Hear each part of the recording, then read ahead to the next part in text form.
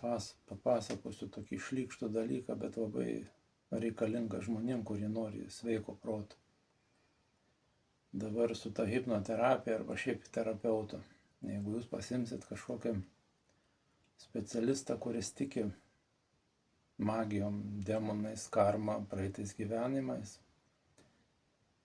egregorais, visais šitais kažkuo tai nerealiu, velniais, na viskas, kas įeina į mitologiją. Jeigu toksai specialistas tiki, yra toksai reikalas. Tas specialistas, jisai kursia savo klientus.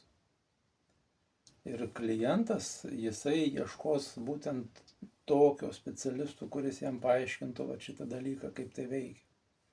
Ir vienas kitą sutikę jie dirbs, jisai patvirtins tą jo įsitikinimą ir žmogus realiai jam bus paaiškinta, bet tai bus vaikinas proveržis, kiek jisai galės jaustis gerai. Paskui vėl prasidės, nes ta pasąmonė, kaip sakant, be sveiko proto jinai kliedi.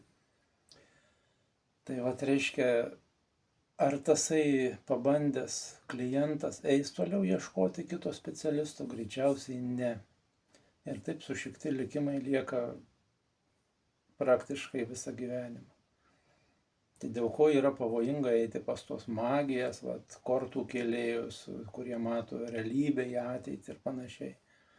Ateitį nuspėja, kortas kelia, ką tik nenori, čia jeigu atsidarysite tik to, kad ten laivus visi daro, rankom žegnoja, ten kažkokias tai energijas stumdo. Tai yra 5-mečiai vaikai norintys būti ypatingais, šitie galim pasakyti. Ir šitie atestatai Amerikos akademijos Pavelo Dmitrijevo nereiškia, kad tai žmogus yra išėjęs iki sveiko proto, 100 galiu garantuoti. Aš nežinau, kokiu rakum aš išėjau iš to sveiko, į šitą į sveiką protą, į suaugusių žmogaus. Ir tai užtruko ilgai, todėl kad dirbau su tokiais pat specialistais. Tiksliau, jie su manim dirbo. Ne kitokie. Ir kai matote, kad kalba apie būtybės, bėkit nuo tokio specialisto kuo toliau, apie šitą pasaulėžiūros paaiškinimą, kuris prasikeičia su realybė. Bėkit nuo tokio žmogaus. Nes jums nepagerės nei finansinė situacija, nei santykiuose jūs pagerėsite, nei sveikata. Jūs ves žemyn tik tai. Tiek aš jums galiu garantuoti, 100%. Žmogus turi būti sveikas, išėjęs į sveiką protą, tik tai tada jisai galės padėti kitam. Tik tai tada. Ir netgi pas mus šitoje akademijoje buvo tokia sąlyga, kad jūs pirmiausiai turite susitvarkyti savo galvas, kad galėtumėte eiti prie žmogaus prisiliesti. Bet kadangi tokie pat su tokiais padirbo, tai už tai labai ilgai užtruko išeiti iš to. Tai yra vienas dalykas. Užauginti tas emocijas, tas programas, kurios rašytos vaikiškos, užtrunka daug metų. O daugelis jūsų laukiat, kol jums parodys kaip vadovėlyje, kas bus, jeigu tu pasidarysi kažkokią seansą. Jūs laukiat, kai jums parodytų kažkas rezultatą, kas bus.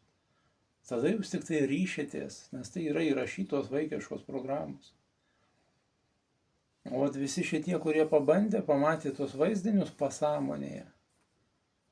Netgi kai išeini į sveiką protą, tavo klientas nebemato demonų, nebemato velnių, jisai mato, kur jisai save išdavė, kur jisai už save nepastovėjo, kur jisai, kaip sakant, nesielgi taip, kaip pats norėtų. Ir čia reikia žmogų vesti iki pilnos atsakomybės, ne Dievui permesti, ne angelui, ne karmai, ne tėvams, ne mokykloje. Sistema, jinai yra sistema, jinai nei gera, nei bloga, bet jinai programuojama taip žmonės. Ir tavo galvoje yra algoritmai, tu arba gali būti bomžas, arba gali būti turtingas, bet tavo galvoje reikia pakeisti tos, kaip sakant, pakeisti tavo įsitikinimus, jeigu taip lengviau pasakius. Bet yra toksai reikalas, kad žmonės, kurie surašytos tos programos, tų tėvų jų paduotos, tą, kad tėvai gyveno. Iš to rato jūs neišeinat, jūs galit gerklę perkasti už tą tiesą, kurią jūs žinot. Ir va čia reikalingas pirmiausiai pasitikėjimas, kai pripažįsti, kad tau nesiseka, tau reikia pagalbos. Ir tada reikia surasti žmogų, kuris sugebės, pirmiausiai pats nebus va tas nučiuožusių protų ir tau padės tą perrašyti, pakeisti tuos įsitikinimus. Va tada tu galėsi iš savo veiksmų, iš savo minčių, iš savo kažkokio tai tą, ką tu, kaip sakant, sugebėsi pakeitęs tą savo vidinę būseną daryti, iš to tu tik galėsi būti va to turtingu žmogumi ir laimingu. Tos iliuzijos, kad nieko nereikia daryti, yra labai lengva ir patogu vaikams, vaikiškam protui. Ir jūs nežiūrėkite, kad žmogus sėdi suaugęs, ten barzdotas, ar tai su uodega ant galvos. Nesvarbu tas visai kokio amžiaus pasas yra. 5-6 metų vaiko protas, jisai kalbės visada apie demonus ir velnius, nes jisai tuo tikės, reiškia, mitologiją tikės ir aš tą galiu jums patvirtinti, kad taip yra.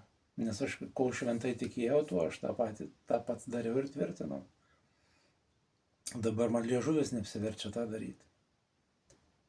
Neapsiverčia liežuvis tą daryti. Ir aš kai matau tos žmonės, kurie murkdosi, labai norisi pakomentuoti, bet aš jau stengiuosi susivaldyti, nes man savo, kaip sakant, protą reikia irgi saugoti, kad netaškyti, kur nereikia. Galit vadinti energiją.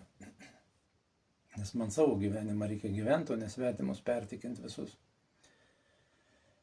Tai va toksai yra reikaliukas. Norėsit sveiko proto, jums reikės ieškoti sveiko proto žmogaus, kuris jums padės. Arba galit likti va tais vaikiškais infantilais. Dar yra čia ant šito varianto toksai, kad naudoja sektose. Tai reiškia, visi tie gurų meistrai, mokytojai, visi tie sėdintys visokiuose lotuose ir kitokiuose pozuose, pasakys jums, kad jūs neklausykite visiškai kitų, nes, reiškia, tada žmogų atriboja, kad jį galėtų kažkas pamokinti, nes tada įgauna tokį suvokimą, kad aš ypatingas, aš žinau viską geriau ir viską daugiau. Reiškia, yra netgi noras visus blokuoti, kurie kažką parašytų, artimuosius visus atstumė, nes, reiškia, tu gudresnis esi, tu viską jau sužinojai. Čia yra sektos instrumentas paduotas. Tada, nors ir sveikas žmogus su sveiko proto, nors tokių labai nedaug yra šiam pasaulyje, bet suaugusio žmogaus pozicija, jeigu ateina ir tau pradės pasakyti, jokio tau čia Dievo nėra, ką tu čia nusišneki, kokia tau bažnyčia ir panašiai, va čia užsidarys, nes žmogus jisai tiki gurų kažkokio, kuris tau pasakė. Aš žinau, kad jūs manęs daug kas neišgirsite čia. Nes jūsų, būtent ką aš ir sakau, uždarytas tas naujos pozicijos įsileidimas, informacijos įsileidimas uždarytas. Štai dėl ko tiek daug pasaulyje nelaimingų žmonių, todėl kad yra užverta viskas. Žmogus negali, kas jam įrašyta, jis negali įsileisti naujo. Teoriškai, teorijos prašom, jūs visi loginiam tam mąstyme labai turite daug.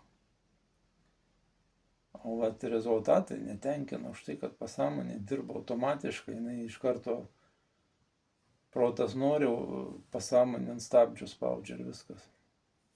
Tai va, iki.